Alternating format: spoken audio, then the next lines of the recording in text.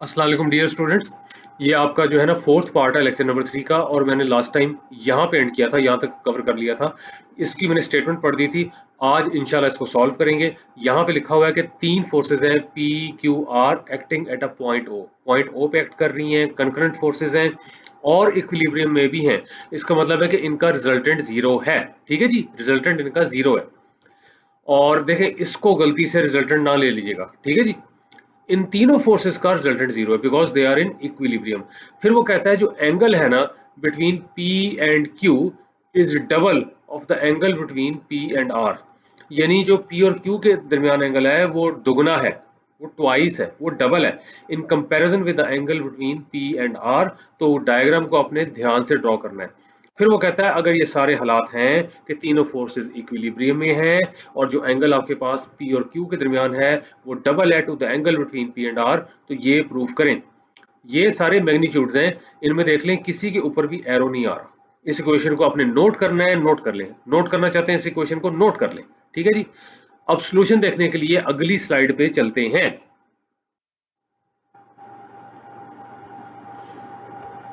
ये ले जी, घूमता हुआ सॉल्यूशन आ गया। ये ले जी, ये पहले पी फोर्स अपीयर हुई है जो कि एक्स एक्सिस के लॉन्ग है। अब ये आर फोर्स अपीयर हुई है और इसका और पी के दरमियान जो एंगल है थीटा है। ये अब वाई एक्सिस अपीयर हो गया। ये क्यू फोर्स अपीयर हो गई है, दिस इज फोर्स क्यू। और यही क्वेश्चन में गिवन था कि जो आपके पास एंगल है बिटवीन पी एंड क्यू वो डबल है in comparison with the angle between P and are.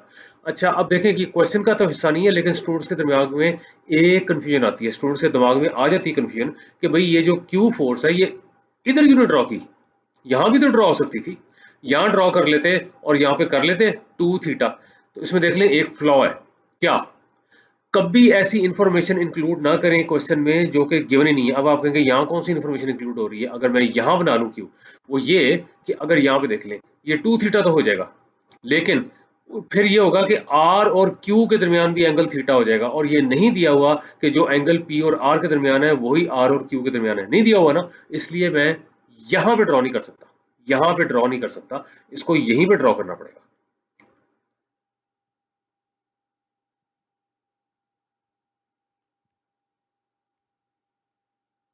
ये ले जी, नेक्स्ट इन्फॉर्मेशन आई है। Next information is since the forces are in equilibrium therefore the sum of horizontal scalar components of P Q and R is equal to zero.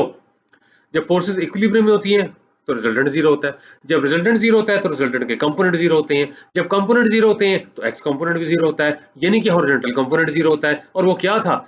वो था जी summation P I cos of theta I. अगर I is equal to 1 to N होता है, चले आपके case में 3 है जी, 1 2 3। तो ये ये देखें, फर्स्ट फोर्स P1 जो आपके पास है वो P है, और कॉज ऑफ 0 डिग्री क्योंकि इसका जो एंगल बना हुआ है with x axis is zero. ठीक है जी। फिर आपके पास आ रहा है Q cause of 2 pi minus twice theta, या माइनस 2 थीटा कर लें। अच्छा, अब यहाँ पे देख लें, ये ना दिमाग में आ रहा हो जी कि मैंने तो कहा था जी पॉजिटिव एक्स एक्सिस से एंगल है, तो ये तो यहाँ पे 2 थीटा नजर आ रहा है, तो ये 2 पाई माइनस 2 थीटा क्यों है? देखें, मैंने एक चीज कही थी, मैं फिर बताने लगा हूँ। एंगल लेना है आपने counter clockwise with the positive X axis. फिर सुन लें, एंगल आपने लेना है counter clockwise with the positive X axis, वो ये बनेगा। और ये देख लें, जब ये 2 थीटा है और टोटल आपके पास 2 पाई होता है तो ये बनेगा 2 पाई माइनस 2 थीटा, जो कि ये लिखा हुआ है। अब अगर दिमाग में आ रहा है भी ये भी तो पॉजिटिव एक्स एक्सिस से है, लेकिन ये चीज देख लें, ये आपके पास जो एंगल बना हुआ है ना ऐसे जा रहा है, ये देखिए।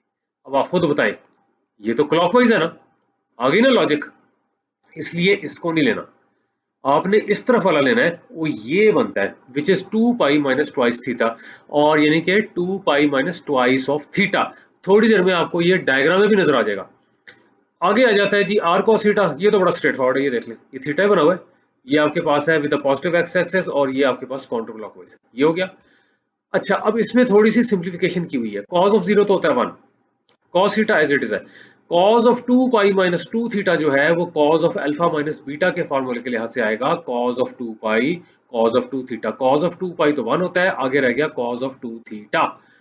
अब यहाँ पे क्योंकि इधर माइनस साइन आ रहा है तो फिर आगे जाके प्लस आए या माइनस आए, साइन ऑफ 2 पाई आता है वो 0, इसलिए यही टर्म आ रही है। cos 2 थीटा को लिखा हुआ है 2 cos स्क्वायर थीटा माइनस 1, इसकी भी रीजन पता लग जाएगी क्यों लिखा हुआ है।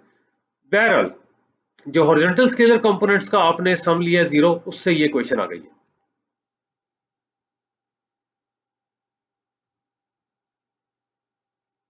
ये लें जी, वो कहता है consider the angles in the counter clockwise direction with the positive X axis. आगे नहीं वही बात जो मैंने कही थी कि आपने काउंटर क्लॉकवाइज एंगल लेना है with the positive X axis, यानी कि ये वाला। ये ले जी, खुश।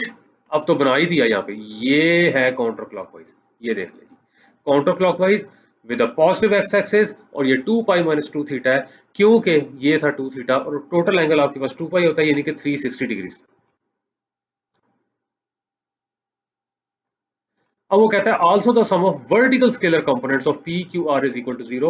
उसमें मैंने ये कहा था कि जहां पे कॉज आता है वहां पे साइन कर दें, दिमाग से निकला हुआ है तो वो थ्योरी देखें जहां पे ये हमने थ्योरी डेवलप की थी। ये ले जी, यहाँ पे कॉस था, यहाँ पे साइन आ गया, यहाँ पे कॉस था, यहाँ पे साइन आ गया, यहाँ पे कॉस था, यहाँ पे साइन आ गया। साइन ऑफ 0 तो 0 होता है, वैसे भी वही वाली बातें हमने पहले भी की थी, हॉरिजॉन्टल फोर्स है, इसका कोई वर्टिकल कंपोनेंट नहीं है। अच्छा, अब sine of 2 pi minus 2 theta क्या होता है? वो होता है sine of this one cos of this one. Sine of 2 pi तो आपके पास 0 होता है, खत्म हो गया। फिर आ जाएगा जी माइनस साइन, जो कि यहाँ नजर आ रहा है। फिर आप करेंगे कॉस ऑफ 2 पाई, वो 1 होता है, एंड साइन ऑफ 2 थीटा वो ये है। ठीक हो गया, ये चीज ये है। अब देखिए आंसर मेरे सामने नहीं है, लेकिन जो आपके पास आंसर था ना, जो पीछे दिया हुआ था, वो आपके पास पी क्यू आर में था, थीटा नहीं था। अब ये समझ लें कि सिंपल एक ऐसी प्रॉब्लम बन गई जिसको, जो यूनिवर्सिटी लेवल पे जारी बात है एक प्री कैलकुलस का कोर्स होता है उसकी है, कि इस इक्वेशन से थीटा एलिमिनेट करना है। अब आपको पता लग गया होगा कि इसको cos ऑफ 2 थीटा को मैंने 2 cos स्क्वायर थीटा माइनस 1 क्यों लिखा था। देखें ये सारी वो वाली आइडेंटिटीज है जो आपने पहले पढ़ी हुई है, और मैं बार बार कहता हूं कि अगर बेसिक मैथमेटिक्स स्ट्रांग है तो एडवांस मैथमेटिक्स इज नथिंग। वरना कहेंगे वो ये क्या चीज आ गई, क्या ये याद करना पड़ेगा? हालांकि वही cos अल्फा प्लस बीटा का जो फार्मूला है उसमें अल्फा और बीटा को थीटा ले लें दोनों को, तो उससे ये बन जाता है। और खुशी की खबर ये है कि अगली स्लाइड पे किया भी हुआ है। फिलहाल ये समझ लें, ये क्वेश्चन आ गई।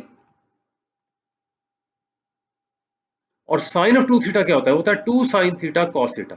ठीक है जी, और इसको उठा के राइट साइड पे ले जाए, माइनस हो जाएगा, माइनस माइनस कैंसल। और अब देख लें थीटा 0 नहीं है, ये इसलिए कि मैंने अब यहां से साइन थीटा कैंसिल करना है, दोनों तरफ साइन थीटा पे डिवाइड करना है। साइन 0 0 होता है, तो मैं 0 पे तो डिवाइड कर नहीं सकता, इसलिए ये बताना जरूरी है कि theta is not equal to 0, तो ये साइन थीटा कैंसिल हो जाएगा। यहां से आ जाएगा कॉस थीटा।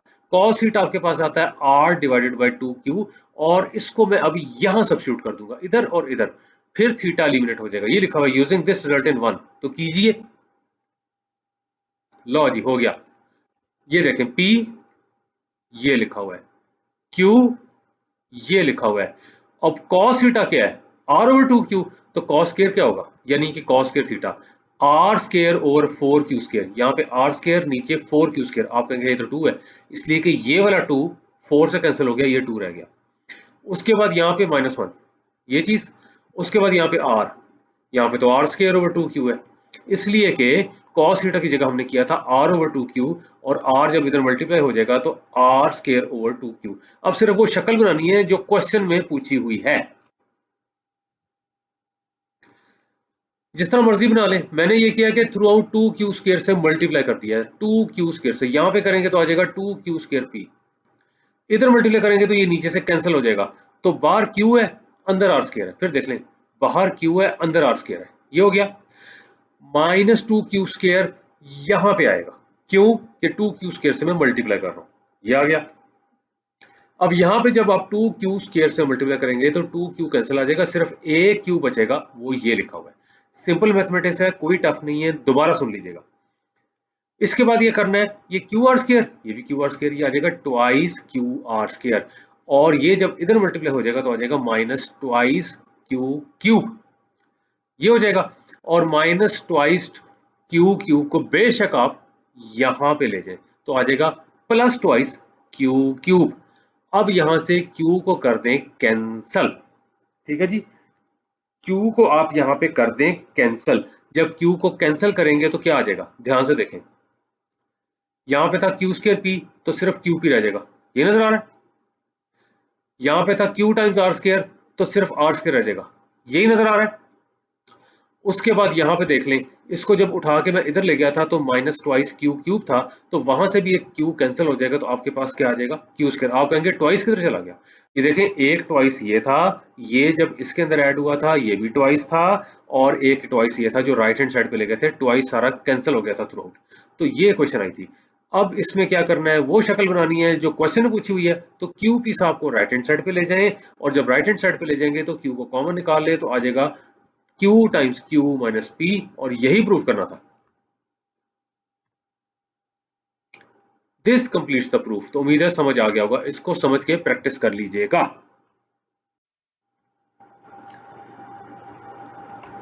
ले जी, झूमती हुई आ रही है, recall the following trigonometric identities. ये देखें, कई बार दिमाग में पॉइंट फौरन आ जाता है और कई बार सोचा हुआ होता है। आइडेंटिटीज लिखा हुआ, इक्वेशंस लिखा हुआ। देखिए, आइडेंटिटी वो होती है जो कि इन्फिनिट नंबर ऑफ सॉल्यूशंस रखती है। यहाँ पे देख लें, थीटा की इन्फिनिट वैल्यूज है जिसके लिए ये सेटिस्फाइड है।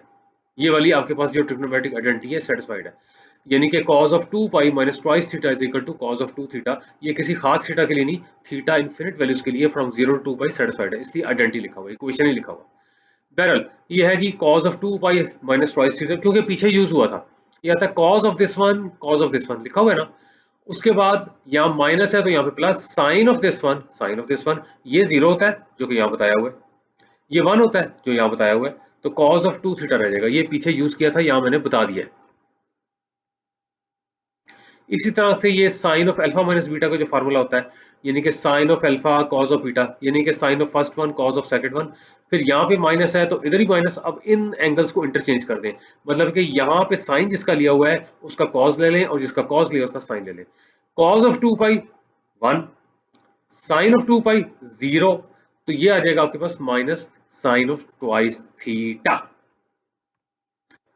या माइनस साइन 2 थीटा। अच्छा, अब हमने जो फार्मूला यूज किया था cos of 2 theta is equal to 2 cos square theta minus 1, जुबानी मैंने कह दिया था कि इसको थीटा प्लस थीटा लिखें और cos of alpha plus beta का फार्मूला लगा दें, तो cos ऑफ थीटा माइनस दोनों का sine, sine of theta, sine of theta. यही होता है ना, यहाँ पे अगर अल्फा प्लस बीटा होता तो cos alpha cos beta minus sine alpha sign beta. अब अल्फा बीटा दोनों ही थीटा है, तो ये cos theta which is cos square theta, sine theta into sine theta जो कि साइन स्क्वायर थीटा। अब इस साइन स्क्वायर को प्लेस करते हैं 1 माइनस कॉस स्क्वायर से। अब ये कहां से आ गया, ये यहां से आ गया। Cos square theta plus sine square theta 1 के बराबर होता है, तो साइन स्क्वायर थीटा होता है 1 माइनस कॉस स्क्वायर थीटा। इसको उठा के राइट हैंड साइड पे ले जाएं तो 1 माइनस कॉस स्क्वायर थीटा। तो इस साइन स्क्वायर की जगह या साइन स्क्वायर थीटा की जगह 1 माइनस कॉस स्क्वायर थीटा आ गया। ये माइनस प्लस, और ये आ जाएगा cos square theta plus cos square theta twice cos square theta minus 1। ठीक हो गया जी, cos 2 थीटा इसके बराबर आ गया। ये है वो फार्मूला जो आपने यूज किया था। ये लें जी, एनी क्वेश्चंस, कोई सवाल हो पूछ लीजिएगा। थैंक्स। और अब आपका असल में लेक्चर नंबर 3 एंड हुआ है, लेकिन मैंने इतने पार्ट्स में इसीलिए बनाया था कि बजाय के सारा देखना मुश्किल हो जाता है, मैंने पार्ट्स ही बना दिए। उम्मीद है कि समझ आ गया होगा। अब इंशाल्लाह ताला मुलाकात होगी लेक्चर नंबर 4 में, होपफुली वो भी बाय पार्ट्स होगा।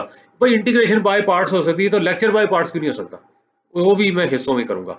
तो इंशाल्लाह ताला मुलाकात होगी लेक्चर नंबर 4 में। अल्लाह हाफिज।